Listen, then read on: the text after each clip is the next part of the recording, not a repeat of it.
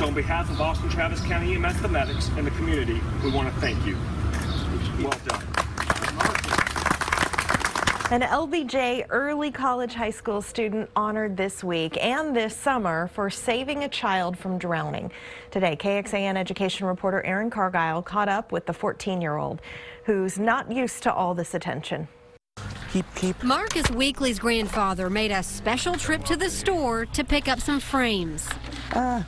I don't think it's big enough. To display his grandson's latest accomplishment on the living room wall. This award exemplifies concern for others through exponential service or an extraordinary act of courage, kindness, or compassion. I always try to instill, if you're doing the right thing, you can't go wrong. This summer, while hanging out at this apartment complex.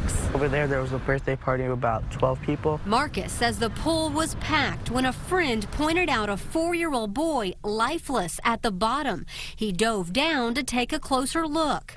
He still wasn't moving, so I went into there and pulled him up.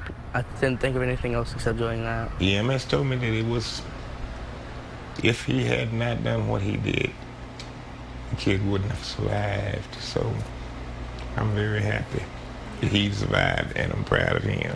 I'd never had anything else happen like that, like no lifeguard training, no nothing. His interest in becoming a video game tester has shifted a bit. They said I could be a registered EMS after I graduate, as soon as I graduate high school, so that'd be a cool thing to do. Your actions on that day did save a life. He's definitely on the right track. In East Austin, Aaron Cargile, KXAN News.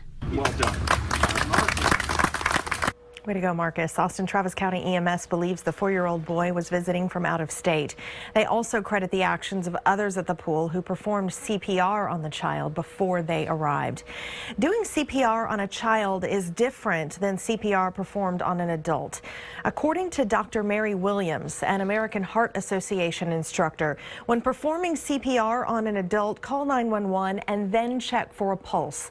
Next, provide compressions by putting 2 hands in the center of the chest and putting pressure through the heels of the hands. Compressions should be about 2 inches deep.